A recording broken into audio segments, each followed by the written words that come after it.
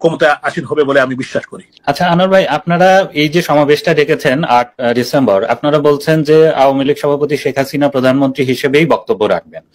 তো এই যে ওনাকে এখনো আপনারা প্রধানমন্ত্রী বলছেন, এর যদি যৌক্তিকতার প্রসঙ্গটা বলেন। আর আরেকটি আলোচনা আপনাদের এই সমাবেশ ঘিরে একাধিক গণমাধ্যমে এসেছে যে আপনাদের দিক থেকে আওয়ামী লীগের দিক থেকে প্রবাসী একটি সরকার গঠন করার একটা আলোচনা আছে। তো আসলে কি এই ধরনের কোনো আলোচনা আওয়ামী লীগের অভ্যন্তরে আছে? শুনেন, বিষয়টা হলো যে বাংলাদেশের নির্বাচন হয়েছে, নির্বাচনে প্রধানমন্ত্রী শেখ হাসিনা, ওনার সরকারও আছে, উনার ক্যাবিনেটও আছে, উনার সংসদও আছে। উনাকে জোর করে উনি কিন্তু রিজাইন দেন নাই।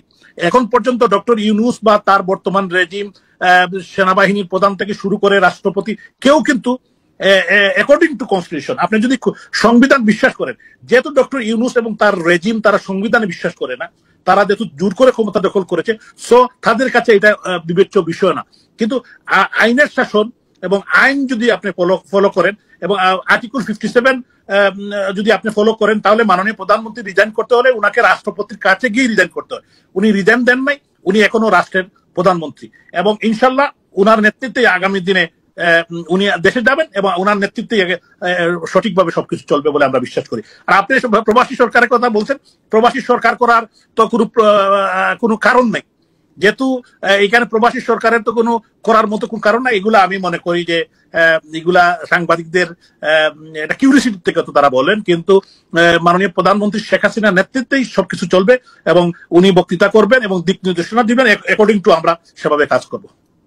আপনি জানেন আনোয়ার ভাই যে অন্তর্বর্তী সরকারের দিক থেকে বারবার বলা হচ্ছে যে এতদিন বলা হতো যে ভারতে তো আওয়ামী লীগের নেতারা অবস্থান নিয়ে দেশ বিরোধী একটা প্রচার চালাচ্ছে। এখন গতকালকে তারা বলেছে যে ভারতের বাইরেও বিভিন্ন দেশে আপনারা অপপ্রচার চালাচ্ছেন, বিশেষ করে যুক্তরাজ্যে পার্লামেন্টে যে পার্লামেন্ট মেম্বাররা সংখ্যালঘুদের নির্যাতনের কথা বলেছেন এবং সেইখানে আওয়ামী লীগের নেতাকর্মীদের যে জুলুম নির্যাতনের বিষয়গুলো উল্লেখ করেছেন। তো অন্তর্বর্তী সরকারের দিক থেকে বলা হচ্ছে যে এগুলো অতিরঞ্জিত মিথ্যা, আপনারা মিথ্যা তথ্য দিয়ে মানুষকে বিভ্রান্ত করছেন। এবং আপনি জেনে থাকবেন যে সম্প্রতি গতকালকে পররাষ্ট্র মন্ত্রণালয়ে বাংলাদেশে নিযুক্ত ব্রিটিশ হাই কমিশনার সারা কুককে ডেকে নিয়ে তাদের অসন্তোষের কথা জানিয়েছে। তো আসলে আপনারা যে এই যে অপপ্রচারের অভিযোগ আপনাদের বিরুদ্ধে, এই বিষয়টাতে আসলে আপনার বক্তব্য জানান। ধন্যবাদ আপনাকে। আসলে এটা অপপ্রচার না, আমরা সত্য কথাই তুলে ধরছি। যেহেতু এই সরকারের যারা দায়িত্বশীল, ডক্টর ইউনূস সাহেবের নেতৃত্বে যারা আছেন, যেমন ডক্টর আসিফ নজরুল, উনি একজন শিক্ষিত মানুষ, উনি ঢাকা বিশ্ববিদ্যালয়ে আইনের একজন প্রফেসর। উনাকে যদি আমি বলি যে উনি লেখাপড়া জানেন না, উনার বুদ্ধি নাই, এটা কিন্তু হবে না, মানুষ আমাকেও খারাপ বলবে। কিন্তু বিষয়টা হলো উনার মতো একজন শিক্ষিত মৃত্যুক আমার জীবনে আমি কোনোদিন দেখি নাই। যে উনি বলেছিল, আপনারা জানেন যে 26 লক্ষ ভারতীয় মানুষ বাংলাদেশে কাজ করে, চাকরি করে। এখন আমি বলতে চাই, কোথায় সেই 26 লক্ষ? উনি তো প্রায় 4 মাস সরকার চালাচ্ছেন, কোথায়? উনাকে প্রমাণ করতে হবে। ওনারা বলেছে যে ছাত্র প্রায় 1,500 ছাত্র মারা গেছে।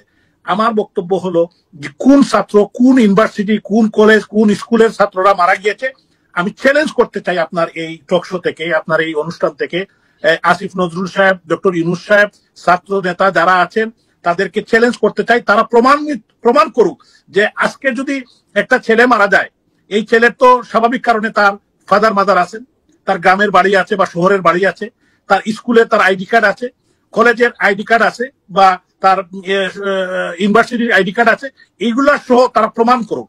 এই যে মিথ্যাবাদী, এই যে প্রোপাগান্ডা করে বাংলাদেশের সাধারণ মানুষকে, এই যে মেডিকুলাস ডিজাইন মাস্টার প্ল্যান, এটাই তারা কিন্তু প্রোপাগান্ডা করেই, আমরা কিন্তু এই কারে ফেল করেছি। বিফোর 5 তারিখে, 5ই আগস্টের আগে আমি আপনাকে বলতে চাই, সরকার বা আমরা আওয়ামী লীগ হিসাবে আমরা এখানে ফেল করেছি। এদের যে ডিজাইন মাস্টার প্ল্যানের কাছে এবং তাদের মিথ্যা প্রোপাগান্ডার কাছে কিন্তু আমরা হেরে গিয়েছি। তারা একবারে মানুষকে কিভাবে দেশে বিদেশে মহিলাদেরকে কিভাবে মিথ্যা কথা ফেসবুকে দিয়ে তারা মানুষকে প্রভাবিত করেছিল।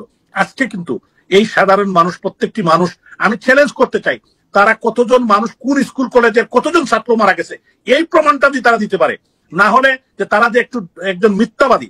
ডক্টর আসিফ নজরুল ইতিমধ্যেই কিন্তু তাদের লোকজন,